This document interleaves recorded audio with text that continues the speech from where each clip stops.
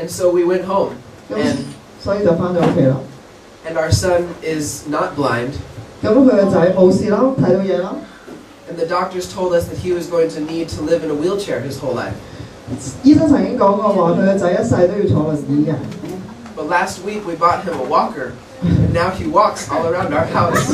咁佢個仔咧而家就喺即係坐嗰啲 BB 車，即係可以行嘅嗰啲 BB 車啊，因為佢個仔都係幾個月大嘅。咁就喺個屋企度周圍走啦。And the doctors said that he was. They said many things, but right now he is doing amazing. 醫生曾經講過好多嘢啦，但係咧而家佢個仔就冇事嘅。2 weeks ago he started saying, "Mom." He said, "Mama." 咁2個星期之前咧，佢個仔開始講嘢喎，叫媽媽。So he is doing really, really well. 咁佢個仔而家就情況好好啊，非常之好。And it is a miracle. It is an answer to prayers. 呢個係神蹟，亦都係神咧點樣去聽我哋嘅祈禱。And I will be honest, I was not very faithful during that whole crisis. He was in the hospital for 2 months. 咁Caleb 咧喺醫院都成2個月啦。咁Marcus 都講佢其實自己唔係好有信心嘅。Because every time the doctors would give us worse and worse news. 因為每次咧醫生咧帶嚟嘅都係壞消息。And one woman in Los Angeles, she's a prayer warrior. She prays a lot. 有一個姊妹咧喺LA 咧係成日都會去禱告嘅，即係禱告嘅戰士嚟嘅。And she wrote a prayer for us to pray over Caleb. And 咁於是咧佢咧就寫咗一個禱告咧，就等佢哋兩夫婦咧去為到自己嘅仔祈禱。Because I told one of my friends that I wasn't praying anymore, that I had lost the ability to really ask for God to do anything because things were just getting worse. 因為咧 Marcus 佢都有同朋友講過，就話佢覺得自己好似冇力量咧去再去為佢嘅仔咧去祈禱落去啦。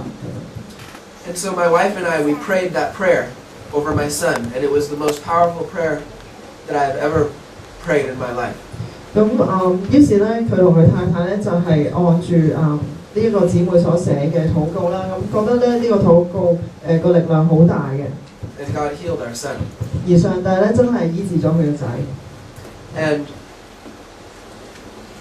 And even today, I still have a lot of fear. 即使今日咧仍然係有恐懼嘅。I still worry that maybe he will have problems one day in the future. 都會擔心咧，可能唔知邊一日又會再發生有問題。Sometimes if he becomes too quiet, I worry that maybe he's having a seizure. 有陣時咧太安靜嘅時候咧，就驚唔知阿仔係咪抽筋㗎。Sometimes when he has low energy, I wonder if he has low glucose. 當佢個仔咧好似好攰嘅時候咧，就都會擔心佢係咪又係低血糖咧。I think my faith is still very weak right now. I think that this crisis really tested my faith. 今次呢個危機咧實在係試驗咗 Marcus 嘅信心啦。佢覺得而家咧自己仍然係軟弱嘅。Because I thought about the future, the possible future.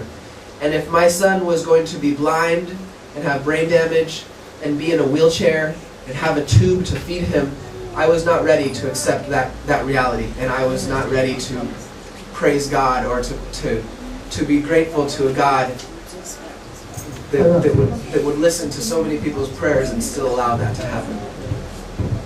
咁因為咧Marcus 佢係想像緊一個未知嘅未來啊嘛，佢喺度諗，如果佢個仔真係盲嘅，真係腦受損嘅，真係要坐輪椅，真係要插條管去個胃嗰度去，即係俾營養佢個仔嘅。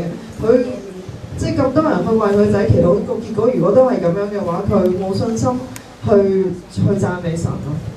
Because I knew that I was not willing to accept whatever God had in store. And we are very blessed that he is healed. But if God hadn't healed him, I was going to be very, very angry.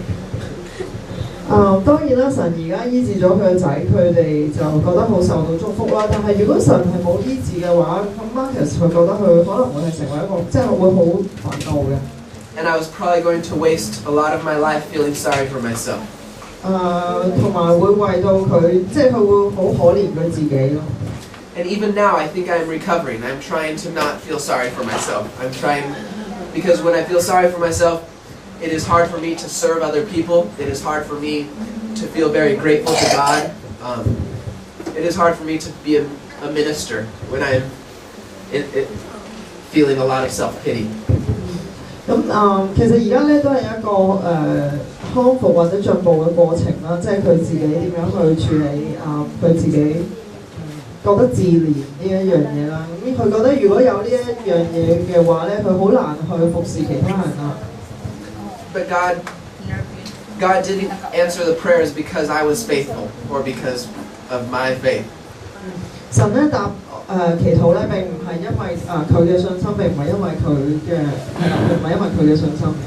If Caleb's life was dependent on my faith, he was going to have a very bad life.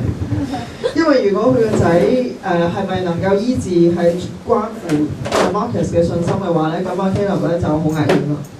And that is the power of the church all around the world. 而係咧係關乎咧教會嗰個力量。The power of prayer. 係禱告嘅力量。That God answers prayers even when the people who should be praying most faithfully are not praying and do not believe.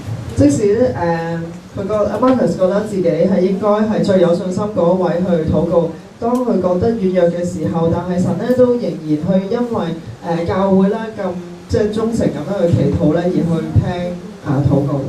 And I am learning again to be grateful to God, to praise God, to thank Him for what He has done.